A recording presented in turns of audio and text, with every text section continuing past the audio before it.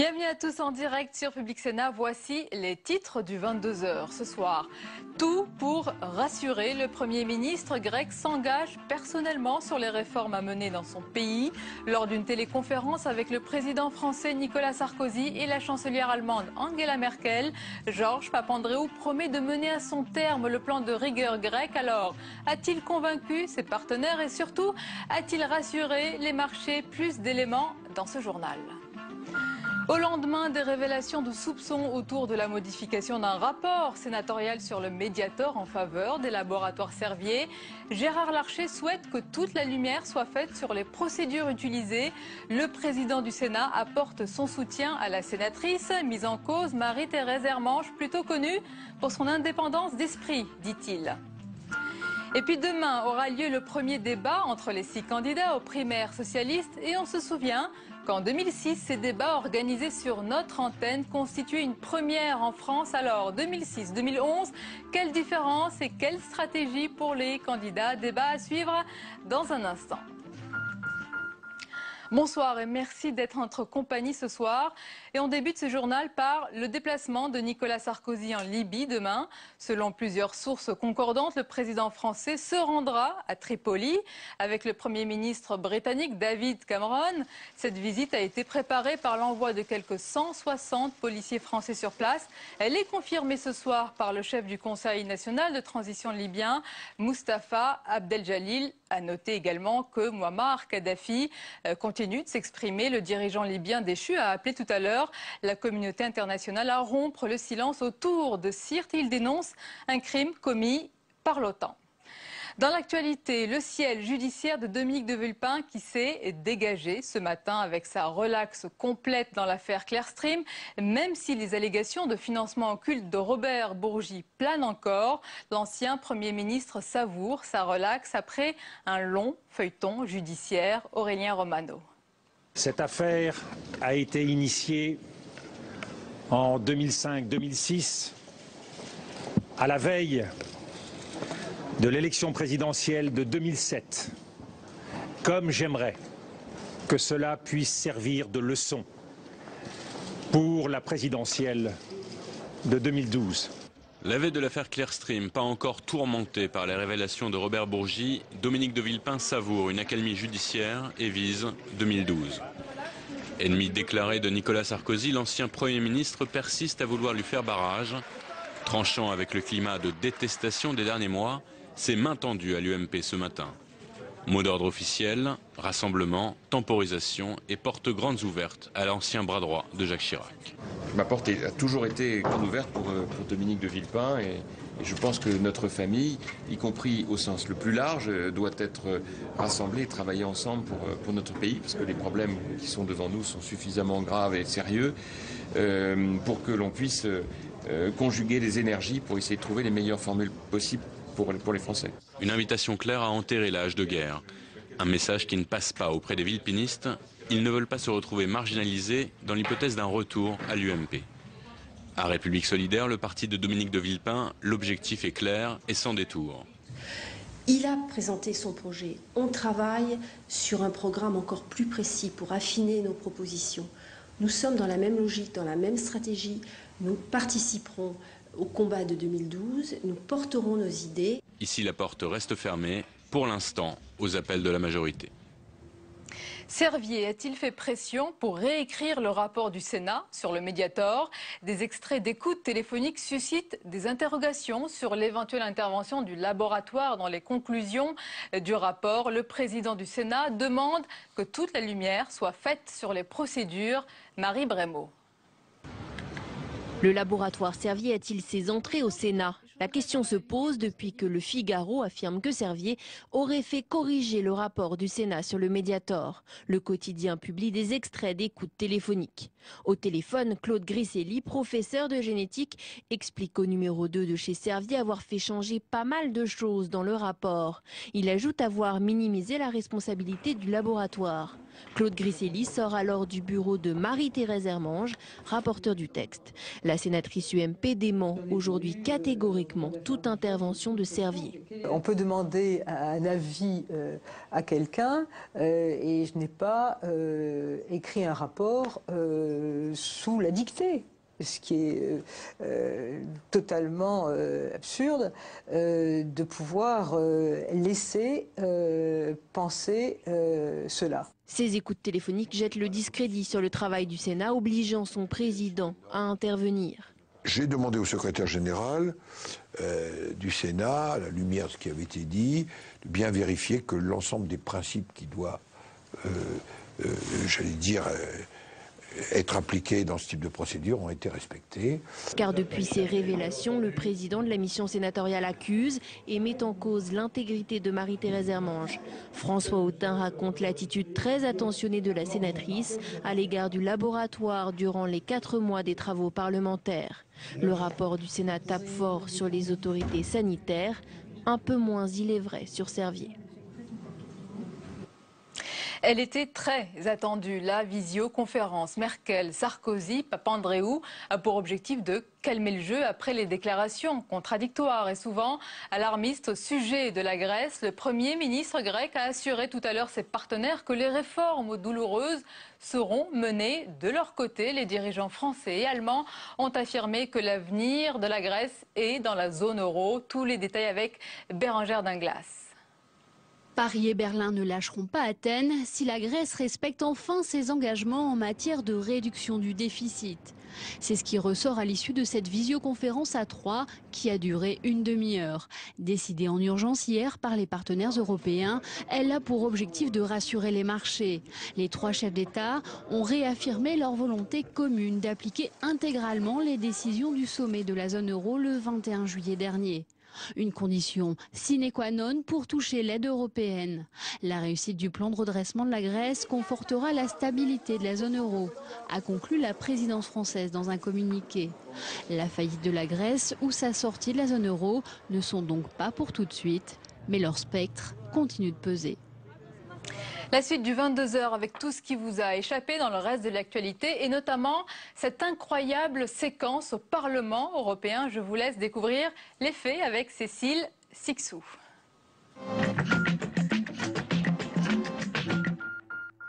Passe d'armes cet après-midi au Parlement européen entre Daniel Cohn-Bendit et Jean-Marie Le Pen. En cause les propos de l'ancien président du Front National sur la tuerie en Norvège l'été dernier. Il faut que ce Parlement dise que M. Le Pen est une honte pour ce Parlement d'avoir dit ces paroles. J'ai été mis en cause par le pédophile Cohn-Bendit et j'ai le droit de répondre. Jean-Marie Le Pen avait qualifié de plus grave la naïveté du gouvernement norvégien que la tuerie elle-même. Les deux hommes n'en sont pas à leur première empoignade au sein du Parlement européen. On ne l'a pas entendu depuis le 14 mai et il brisera le silence avec Claire Chazal. Selon l'hebdomadaire Le Point, Dominique Strauss-Kahn s'exprimera dimanche soir aux 20h de TF1 pour la première fois depuis l'affaire Nafissatou Diallo. À son retour en France le 4 septembre, l'ancien directeur du FMI avait promis de s'adresser aux Français. Je rappelle que je n'étais pas ministre de l'Intérieur à l'époque, donc je n'ai pas donné d'instructions. Je vous dis tout de suite que je n'en ai pas non plus donné comme secrétaire général de l'Élysée. J'ajoute qu'il n'y a jamais eu de cabinet noir à l'Élysée, mais on est dans une situation dans laquelle on pose des questions et les questions deviennent des certitudes. Claude Guéant se défend face à des députés socialistes très remontés. Le ministre de l'Intérieur devait s'exprimer devant la commission des lois sur la diversité dans la police et la gendarmerie. Il a été assailli de questions sur l'affaire des fadettes. La recherche des appels passés par un journaliste du Monde enquêtant sur l'affaire Bettencourt. Les élus PS l'ont accusé de ne pas assumer ses responsabilités. Pour eux, la loi a été violée et la liberté de la presse bafouée. Il préfère le Sénat à la Commission nationale de l'information et des libertés. Alex Türk, candidat non inscrit à sa réélection aux prochaines sénatoriales, a annoncé ce matin sa démission du poste de président de la CNIL. Une fonction qu'il quitte de son plein gré Pour lui, 2 objectifs, rester clair vis-à-vis des grands électeurs sénatoriaux et assurer la continuité de la CNIL. Pourtant, il aurait pu rester à son poste 1 an de plus, cumuler un mandat parlementaire et la fonction de président de la CNIL ne sera plus possible qu'à partir de septembre 2012. Demain, jeudi 15 septembre, aura lieu le premier débat télévisé entre les candidats aux primaires. L'occasion de voir côte à côte les 6 prétendants à l'investiture socialiste. Sur la forme, ils devraient pouvoir s'interpeller. Et on se souvient qu'en 2006, des débats avaient été organisés entre les candidats de l'époque sur les chaînes parlementaires. Une première en France et puis une première aussi sur une télévision qui avait attiré de très nombreux téléspectateurs. Alors je vous propose de regarder un extrait de l'un des candidats. Regardez, c'était Laurent Fabius. J'entendais l'autre jour où je lisais, et si Ségolène, tu me corriges, elle va répondre juste après, puisqu'on va maintenant vraiment parler des universités. Il faudrait qu'il y ait une autonomie régionale, une régionalisation des universités. Je ne suis pas d'accord. Il faut bien sûr que l'on donne plus de poids aux régions, mais il faut qu'il y ait une péréquation nationale et il faut que l'État affirme que les diplômes ont une valeur nationale. Quant à Dominique, mais là aussi peut-être il me corrigera, j'ai vu qu'aux États-Unis, tu avais dit il faut que s'il y a une chaire pour l'énergie EDF puisse en France subventionner cela. Je suis pour la souplesse, mais je ne suis pas pour remplacer le financement public par un financement privé et régional. Voilà, 5 ans après, ce ne sont plus les mêmes candidats, mis à part Ségolène Royal, ni les mêmes règles, puisque les candidats pourront débattre entre eux demain. Mais en termes de stratégie de communication, quelle différence? On voit cela avec nos invités ce soir. François Calfon, bonsoir. Bonsoir. Bienvenue à vous, secrétaire national du PS en charge des études d'opinion. Avec nous également Jean-Luc Manot, bonsoir. Bonsoir. Conseiller en communication, en stratégie politique et fondateur de l'agence Only Conseil. Alors messieurs, quel regard vous portez sur ces débats en 2006? François Calfon. C'était une première en France, et puis on le voit tout de suite à l'image, il y avait 2 hommes d'un côté et au milieu Ségolène, un surgissement dans le débat lui-même et dans la primaire de 2006. Et d'une certaine manière, ces débats ont marqué par leur nouveauté, vous l'aviez dit tout à l'heure, mais n'ont pas permis de changer l'équation telle qu'elle s'est formulée à l'entrée des débats. Ségolène était installée, et il y a eu en fait, pour mémoire, 3 débats. Oui. Un débat sur l'international où les journalistes, les jugements le lendemain n'avaient pas du tout jugé Ségolène gagnante d'une certaine manière. Et malgré tout, le trou était fait d'une certaine manière parce qu'elle incarnait une nouveauté face à 2 candidats qui sont apparus classiques. On se souvient des dénigrements et des commentaires un peu grivois sur cette femme qui surgissait. Le mal était fait ou le bien était fait, c'est selon. Mais ça n'a pas permis de faire la différence. Jean-Luc Manot. Quel regard aussi sur... Oui, c'était une nouveauté, importante. Si je peux me permettre, c'était aussi un peu chiant. Oui. Dans la forme. Oui. Et donc, peut-être qu'on peut dire parce qu'il y avait des règles très strictes imposées par les directions du PS. Parce que c'était pas un vrai débat. Voilà. Et donc, mais que le chiant n'avait quand même pas cassé la nouveauté. C'est-à-dire que la nouveauté a perduré. Enfin, cette idée que c'était quand même plutôt intéressant d'avoir ça, plutôt que rien. Ça, c'est le premier élément. Et le deuxième élément, oui... je suis d'accord avec tout ce qui vient d'être dit. Ségolène était l'élément nouveau, l'élément qu'on retenait. Elle avait même, dans une certaine mesure, par sa nouveauté, fait vieillir les 2 autres. Absolument. Elle les avait ringardisés, le mot il serait exagéré, mais en tout cas, elle les avait rendus plus classiques qu'ils n'étaient. On peut même dire, d'ailleurs, d'une certaine manière, que ces débats-là ont installé l'idée de la primaire d'aujourd'hui. Parce qu'on ne verrait plus, puis c'est l'immersion des chaînes de télévision sur la TNT et maintenant des chaînes d'information continue, on ne verrait plus un huis clos de désignation aujourd'hui. C'est devenu presque quelque chose de normal. Et du reste, quand on voit les chiffres supposés de participation à la primaire, on est sur des chiffres qui paraissent hallucinants, puisqu'à l'époque, il n'y avait que 160 000 personnes qui ont voté. Aujourd'hui, suivant les instituts, on est à plusieurs millions. Moi, je ne pense pas qu'on en aura plusieurs millions, mais il y a un gap très très net qui a été franchi. Donc on n'est pas dans une primaire américaine, parce que la culture politique est différente, mais il y a l'immersion de cette société de l'information permanente et du spectacle qui change radicalement les choses quant au choix d'un candidat à l'élection présidentielle aujourd'hui. Voilà pour 2006, 2011, demain, premier débat. Cette année, 6 candidats, chacun son discours. Mais quelle stratégie vont-ils adopter, Jean-Luc Manot, selon vous? Est-ce que les outsiders vont avoir la stratégie du coup d'éclat et puis les favoris, ce sera plus consensuel? Bon, il peut toujours y avoir des surprises. il y a un candidat qui a tout à perdre dans ce débat, c'est François Hollande. Il mène la course en tête, et s'il pouvait demain rester chez lui et éviter ce débat, il l'éviterait naturellement. Donc lui, sa stratégie sera sans doute d'essayer de rester l'homme calme, raisonnable, et peut-être d'essayer de compenser le manque de charisme par du dynamisme dans le débat. Martine Aubry est au milieu de ça. Elle n'a pas la partie très simple demain, parce qu'il faut à la fois qu'elle soit sur le terrain de l'unité, et donc qu'elle ne soit pas très violente, qu'elle ne soit pas très rude à l'égard des autres, et en même temps elle est en panne, elle est un peu en difficulté. Sur ce point, elle va avoir la partie difficile, elle reste prisonnière du parti. On a 6 personnes, donc là on va avoir un sacré tunnel en télévision, c'est un truc difficile à gérer, parce qu'avant qu'ils débattent, il va y avoir 6 monologues, donc ça va être un peu compliqué. Il y a que les Européennes qui sont pires. Voilà, la réalité, c'est quand même que si on regarde l'état de l'opinion aujourd'hui, il y en a bien sûr un qui fait la course en tête, et la chasse ensuite est organisée, comme on dirait dans le cyclisme, mais la chasse partant de très très loin, et d'une certaine manière, pour prolonger les propos qui viennent d'être tenus, Martine Aubry doit quand même refaire son retard. Et en même temps, elle a une posture très institutionnelle, donc elle ne peut pas être non plus complètement en rupture par rapport à sa posture institutionnelle. Et derrière, puisque on revoit les images de 2006, tout le monde sait à quel point Ségolène est forte dans ce type d'exercice et qu'elle peut exploser dans le débat. Une petite parenthèse, c'est votre favorite, Martine Aubry? Martine Aubry est ma favorite. Vous l'avez conseillé un petit peu? Bah écoutez, on fait passer des notes quand il le faut. Arrête de dire nous. Non, mais je crois qu'il faut aussi pouvoir... c'est un métier de conseiller des hommes politiques, il faut aussi pouvoir faire passer les messages pour être entendus. Il y a un couple entre crédibilité et innovation, et d'une certaine manière, elle incarne une gauche un peu décomplexée, une gauche de mouvement, et je pense que c'est là-dessus qu'elle peut le mieux capitaliser. Martine Aubry a une tâche difficile, pour toutes les raisons qui ont été dites. Je trouve que l'enjeu pour elle, c'est de donner envie, et de démontrer qu'elle a elle-même envie. Il plane sur Martine Aubry, peut-être à tort d'ailleurs, mais il plane sur elle. Sans doute à tort. Elle est très engagée. Il plane sur Martine Aubry, peut-être à tort, disais-je, le fantôme de DSK.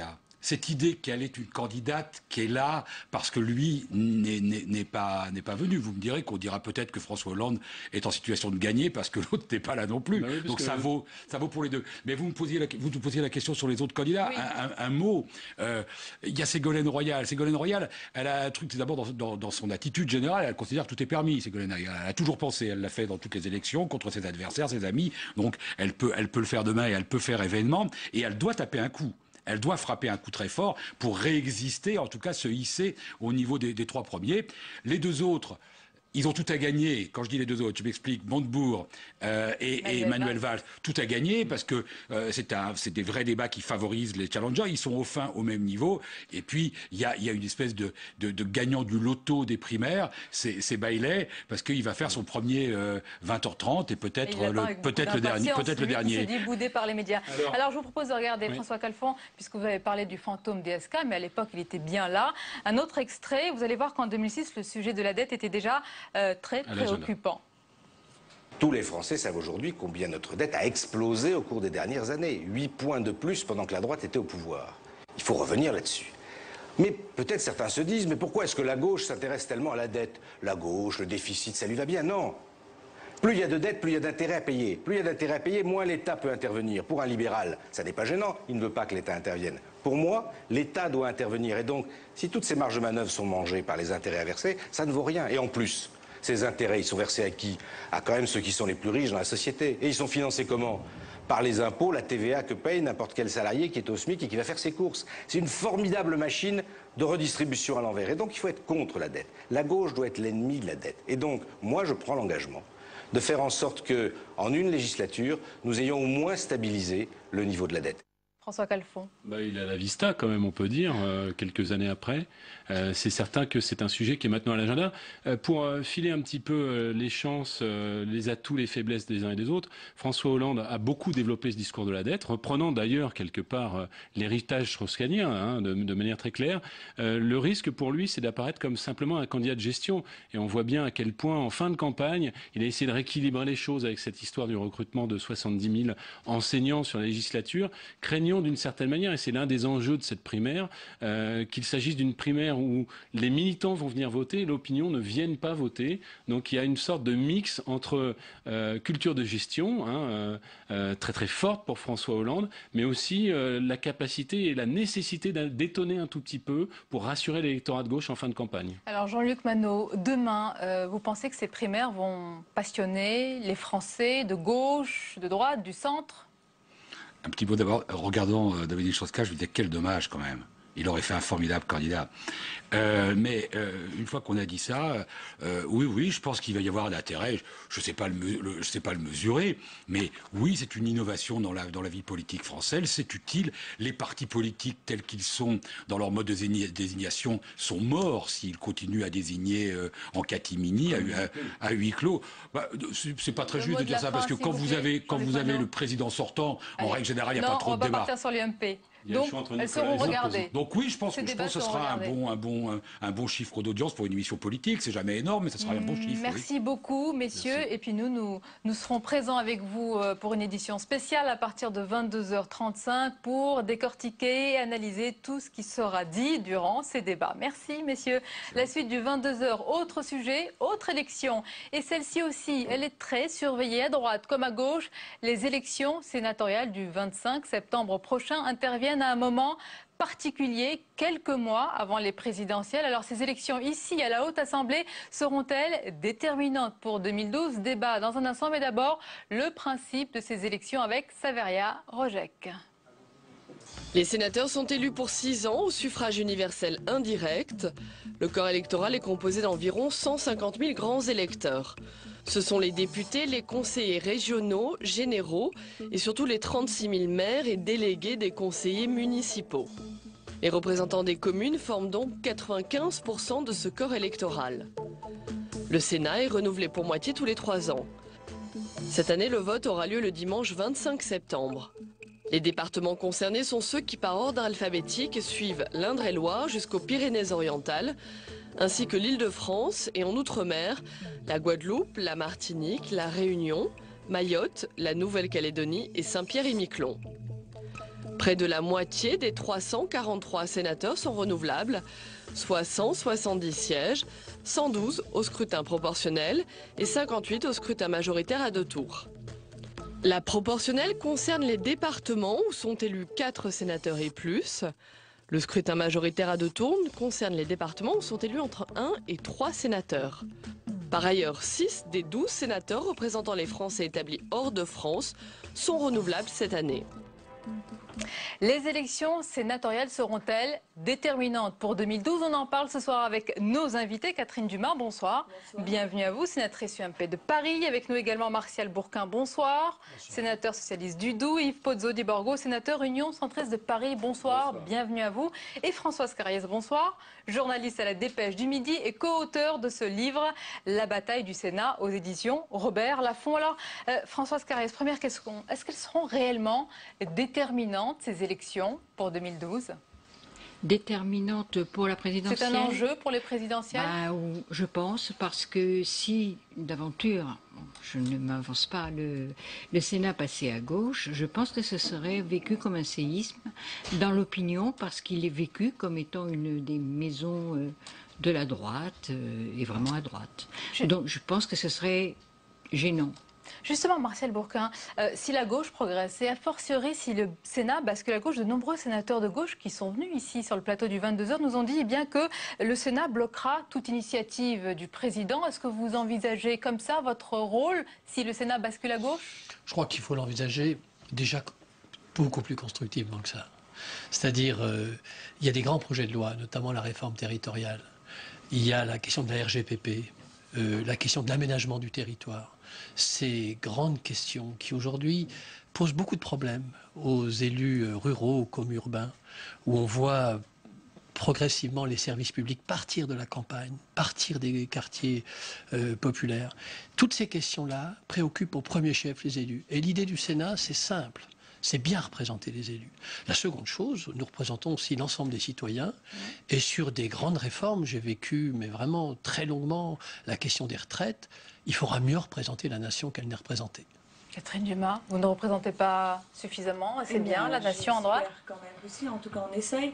Non, je pense que si le Sénat passait à gauche, il y a vraiment un vrai risque d'obstruction, de paralysie d'un certain nombre de projets parlementaires ou de gros ralentissements selon les cas.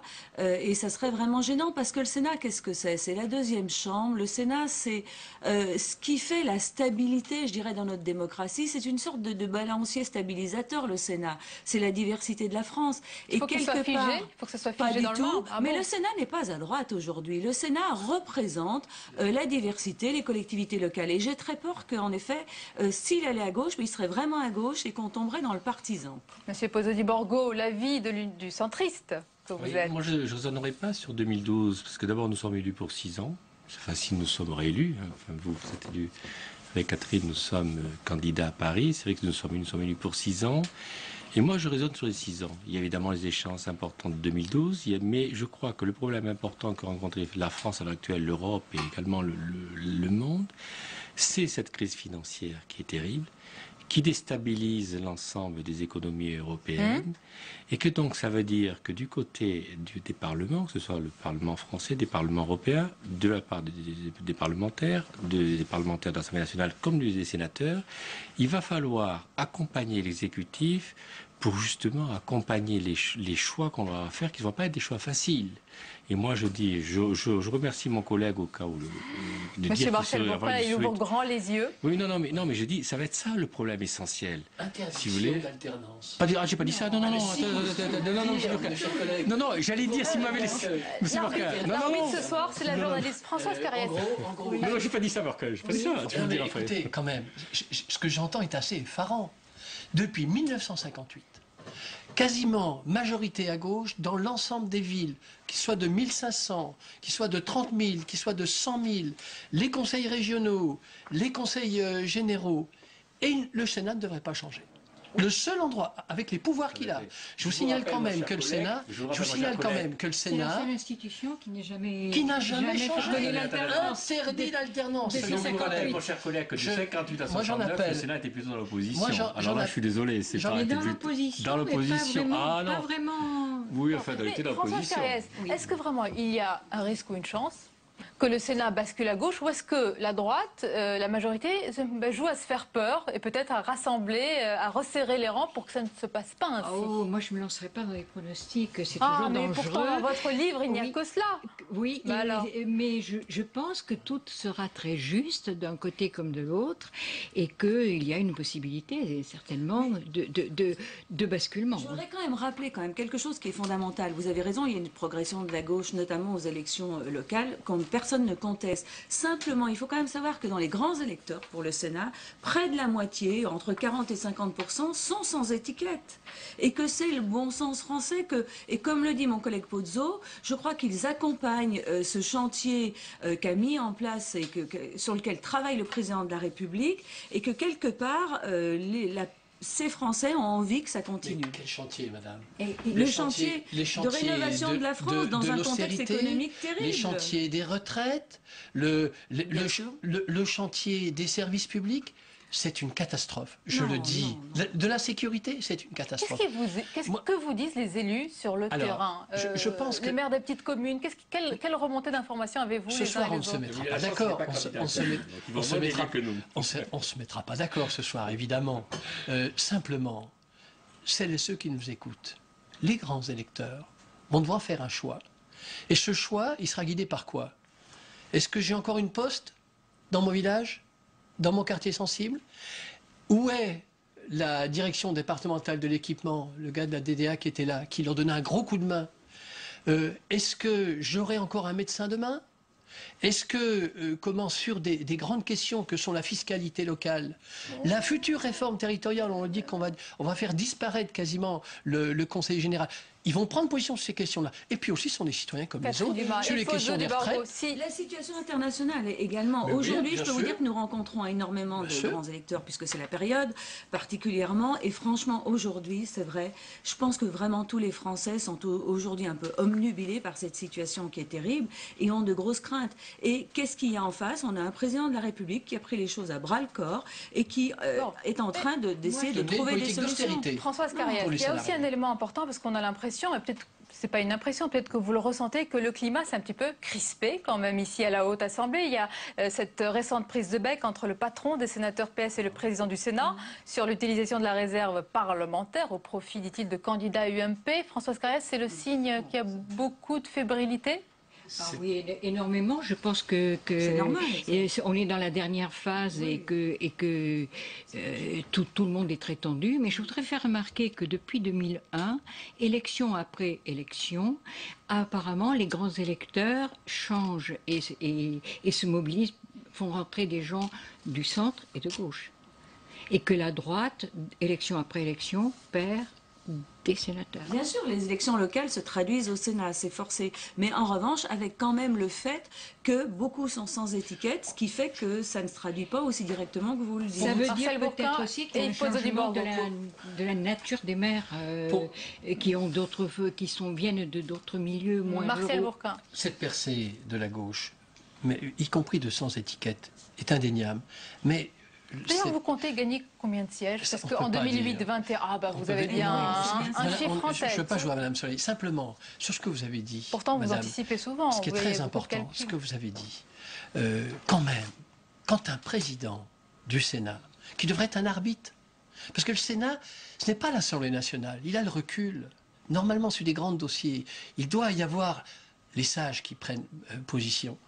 Quand il intervient directement dans des départements, sur de la réserve parlementaire où il n'y a pas de sénateurs qui sont élus de l'UMP, c'est assez effarant. Et si Jean-Pierre Bel a fait cette remarque, c'est qu'aujourd'hui, il y a toute cette machine du Sénat qui est en réponse à la majorité, qu'il n'y ait pas d'alternance. Et ça, ce n'est pas normal. Sur ce point important. La réserve parlementaire, très longtemps, a été monopolisée par ceux qui avaient le pouvoir au Sénat. Vous savez très bien que maintenant, la réserve parlementaire, chaque président de groupe, là, il la dispose. Je suis désolé, posez la question. Je ne comprends pas, M. Bell. Non, sérieusement, je ne comprends pas M. Bell dans cette affaire. S'il vous plaît. C'était en proportion en plus. M. Bordeaux. Non. Faut-il redire le canard enchaîné entre nous ici? Messieurs, mesdames, voilà ce qu'on va faire. Ou dans certains départements, on déverse de la réserve parlementaire. Le président du Sénat, messieurs, pour vous départager et pour que les téléspectateurs comprennent de quoi l'on parle. La réserve parlementaire, ça ne parle pas à tout le monde. On va voir les détails avec Fabrice Cunet. Ensuite, on revient sur le plateau pour parler de ce climat. Vous le voyez, il est tendu. Programme 122. C'est sous ce code que se cache la réserve parlementaire. Une enveloppe de 58 millions d'euros répartie entre les sénateurs. Trois personnages sont un peu à part. Le président du Sénat, celui de la Commission des Finances et le rapporteur général. Tous trois ont droit à plus de 3 millions chacun.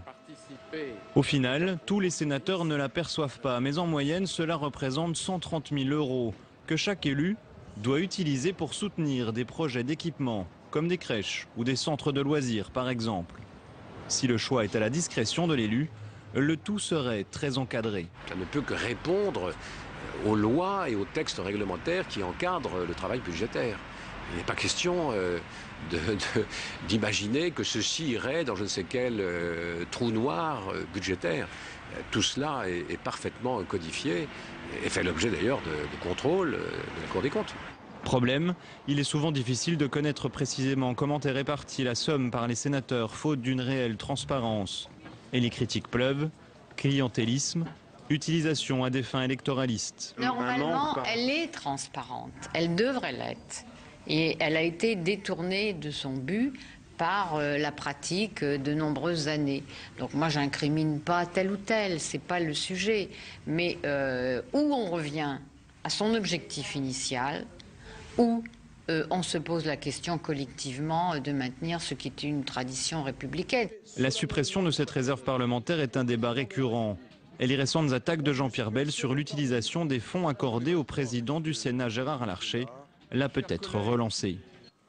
Françoise Carriès, il y a cette question de la réserve parlementaire, mais plus généralement, est-ce que l'image du Sénat, est-ce qu'elle a évolué? Est-ce qu'il est plus transparent aujourd'hui?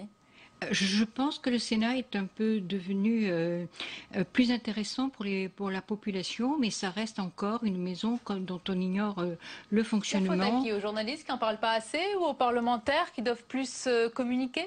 Je pense que c'est dû à l'élection, à la façon dont les sénateurs sont élus. Ils ne sont pas élus par la population. C'est pas une élection directe. Donc, on délègue aux maires, aux conseillers généraux, et la population connaît moins. Le fait que ce soit indirect, il faut se déborder. Je suis un simple parlementaire, mais la plupart des questions que me posent les collègues journalistes, les journalistes me disent combien vous gagnez, c'est public. Je n'ai pas un centime qui ne soit pas public. Vous ne voulez pas poser. En plus, je dis ça parce que le public Sénat, je m'arrête le public Sénat, fait un très gros travail. Je me rends compte souvent, je n'ai pas arrêté de faire des rapports. Je vois que M. Bourcotte est également quelqu'un qui travaille. On travaille souvent la nuit. Je ne vois pratiquement, en dehors des journalistes de Public Sénat, je ne vois pratiquement aucun journaliste. Je dis ça parce qu'il y a vraiment, et je sais que c'est pas simple. On n'a pas la chance à l'Assemblée où vous avez en permanence, en dehors du Public Sénat, qui nous accompagne beaucoup, qui vraiment d'ailleurs, moi je me rends compte, pénètre dans les foyers. J'étais très content un jour, j'étais dans un département rural, je ne suis pas très connu, et il y avait un petit gamin qui dit « Oh, vous êtes sénateur !» parce qu'il regarde les Public Sénat. Et j'assure que c'est important. Mais on a un problème, c'est que en dehors du Public Sénat, les médias importants ne sont pas présents au Sénat. Excusez-moi, je suis à la presse quotidienne régionale, j'appartiens à la Dépêche du Midi, et je crois avoir suivi le Sénat. Donc, avoir fait ce qu'il faut. Au sujet sur lesquels nous travaillons, on est plus quand même sur le fond, ce qui d'ailleurs fait tout l'intérêt de notre métier. La réforme des retraites, la bioéthique, etc. sont autant de sujets qui sont passionnants pour les Français. Donc on peut supposer qu'ils vont plus s'emparer de ces sujets Si vous me permettez, moi j'apporterai un peu une note dissonante. On est responsable de notre image. C'est pas la faute des autres. Et de ce point de vue, le Sénat a besoin d'un coup de neuf. Alors, ben oui, sur des grandes questions, le Sénat devrait se distinguer. La réforme territoriale, je me rappelle, il y a eu un rapport excellent fait par un membre de l'UMP et par Yves Cratinger, Belot et Cratinger. Fait un travail du tonnerre pour réformer nos institutions et la stratification territoriale. On travaille pendant des semaines. Le président siffle la fin de la récréation en disant il y aura un conseiller territorial. C'est terminé, il n'y a plus de débat. Et je voyais des collègues de toute tendance nous dire quel dommage. On rate encore une occasion c'est un sujet particulier, mais pourtant, Marcel, pourquoi sur plein de réformes, on a dit que le Sénat a détricoté plusieurs textes. Mais sur les retraites, rappelez-vous, sur les retraites, on a le débat des retraites. Françoise Carrière, à un moment donné, on aborde la possibilité d'aborder la question des retraites autrement. Le Sénat ne peut pas être une simple chambre d'enregistrement du gouvernement et du président. Il l'est, vous l'avez dit tout à l'heure, on a besoin de soutenir le gouvernement. Pas vrai. Il doit faire autre chose. Il doit être libre. Il doit pouvoir faire entendre sa voix. Non, mais je voudrais quand même dire quelque chose. Depuis 2008, franchement, et ça je pense qu'on le reconnaît tous, quelles que soient les tendances politiques, Gérard Larcher a essayé d'ouvrir le Sénat sur le monde, a essayé de faire un certain nombre de modernisations. Vous ne pouvez pas dire le contraire. Alors vous dire que ce n'est pas encore parfait, évidemment, c'est une évolution, elle ne peut pas se faire en 3 ans. Je pense d'ailleurs qu'il est dans son programme, il veut continuer cette évolution. Et vous avez raison, ça ne tient aussi qu'à nous, sénateurs, mais je suis tout à fait d'accord, à l'accompagner. Alors, la population des sénateurs aussi évolue elle-même. Il y a plus de femmes. Aujourd'hui, on a plus de femmes qu'à l'Assemblée. Donc ça, c'est très bien. Et on va y arriver. Mais il y a quand même des progrès qui ont été faits avec Gérard Larcher, il faut le dire. Madame a fait une remarque qui est importante. Elle a dit, c'est vrai que le Sénat n'a pas le dernier mot. Mais quand vous, qui êtes de bon observateur, vous vous rendrez compte que pratiquement tous les textes où il y a eu vraiment débat, ça s'est terminé par une commission mixte paritaire. Ça n'a pas été... L'Assemblée nationale n'a pas imposé sa volonté au Sénat. Pratiquement, vous qui êtes un bon observateur, il y a très peu de choses où vous nous avez imposé les choses. Collègues, franchement, ce n'est jamais l'Assemblée qui a le dernier mot, c'est le président. Depuis qu'on a commencé ce quinquennat, c'est le fait du prince à tout moment. Ne rentrons pas trop dans les détails. Françoise Carrière. Que ce soit en commission ou en séance plénière, le travail, l'étude des lois au Sénat est très bien faite. Et c'est fait par des gens qui ont une expérience de terrain. Sénateurs de l'administration, qui a un très bon niveau. D'ailleurs, mes collègues députés qui sont venus au Sénat, j'étais très surpris, ils me disent, mais Yves, tu vas savoir comme ça change, on travaille. On gratiner tout le temps. Françoise Carrière, le regard quand même, parce qu'il y a les bonnes choses que vous citez, mais il y a aussi les listes dissidentes. Comment ça se fait qu'il y en a autant à droite et à gauche? Et monsieur, madame, à Paris, c'est le festival. Ben parce qu'il y a une envie d'être sénateur, tout simplement. Je ne vois pas de meilleure réponse que celle-là, parce que je pense que beaucoup d'élus qui ont beaucoup travaillé sur le terrain, parce que tous les élus de terrain, les maires, sont des gens qui travaillent beaucoup. À un moment donné, ils ont envie d'évoluer, d'aller plus loin, de travailler au niveau national, et il y a beaucoup de candidats. Alors, dernier tour de table, je reprends ma première question quand même. Est-ce que ces élections seront déterminantes pour 2012? Est-ce que vous pensez que ces élections, même si le Sénat ne bascule pas à gauche, ça sera un changement s'il y a plus de sièges pour la gauche par rapport quand même à l'élection présidentielle de 2012 et que le Sénat va peser? Catherine Dupin. Oui, forcément, bien sûr. De toute façon, le Sénat, il accompagne la vie politique et encore une fois, toute la problématique que nous rencontrons aujourd'hui à l'international, notre pays comme les autres. Donc forcément, le Sénat évoluera. Pour ma part, je pense que le 25 septembre, le Sénat ne sera pas rose. Donc, vous êtes comme Gérard Larcher, sereine. Il est serein, vous aussi? Enfin, sereine, je ne sais pas si c'est le bon mot, mais l'analyse que je fais est qu'il ne sera pas rose. Et je pense qu'il faut qu'on continue à travailler ensemble, mais il va jouer un rôle important, notamment par rapport à 2012, bien sûr, dans quelques mois. Di Borgo. Oui, il est évident que si le Sénat bascule, c'est vrai que c'est un événement important. Et moi, je crois que dans le cadre de majorité actuelle qui est le centre et l'UMP, on préférera bien sûr que le Sénat reste non pas dans la photographie actuelle, mais qu'il reste majoritaire. Martial Bourquin. Je pense qu'il va arriver au Sénat de nombreux et de nombreux élus qui veulent défendre leur territoire. Les territoires, c'est quelque chose de très important. Et aujourd'hui, ils connaissent une véritable dévitalisation avec la RGPP et avec beaucoup de services publics qui sont mis en cause. Et il semble que des femmes, des hommes vont venir dans la Haute Assemblée pour faire entendre enfin ce que les territoires attendent, c'est-à-dire des changements politiques et surtout une véritable politique d'aménagement du territoire. Nul ne peut dire ce qui va se passer à ces élections. C'est aux électeurs de décider. Mais j'ai envie de leur dire, si vous voulez défendre vos territoires, il faut changer de majorité au Sénat. Vous avez fait passer le message. Françoise Carrez, vous avez intitulé votre livre « La bataille du Sénat ». Bataille, ça va vraiment être une bataille? Nous c'est un petit peu vendeur. Non, un petit peu. Un vrai combat en tout cas. Parce qu'on a fait du terrain, on a été voir les électeurs sur le terrain et on a bien senti qu'il y avait quand même un vrai combat qui s'est engagé. Public Sénat sera évidemment présent avec de nombreuses éditions spéciales pour ces élections le 25 septembre prochain. Merci beaucoup messieurs, mesdames, d'avoir été les invités du 22h. Restez avec nous pour clore ce journal. Voici, et ça va vous intéresser, la revue de presse des hebdos comme chaque mercredi. Alors quelles sont les unes des hebdos qui paraîtront demain? Il y a l'Express tout d'abord qui choisit de titrer sur les amis encombrants de la droite. Bourgi, Djouri et Takiedine enquêtent sur ces hommes de l'ombre qui traînent le soupçon d'argent noir. Et puis le Nouvel Observateur avec à sa une les 6 candidats aux primaires socialistes, caractère, programme, stratégie, comment les différencier.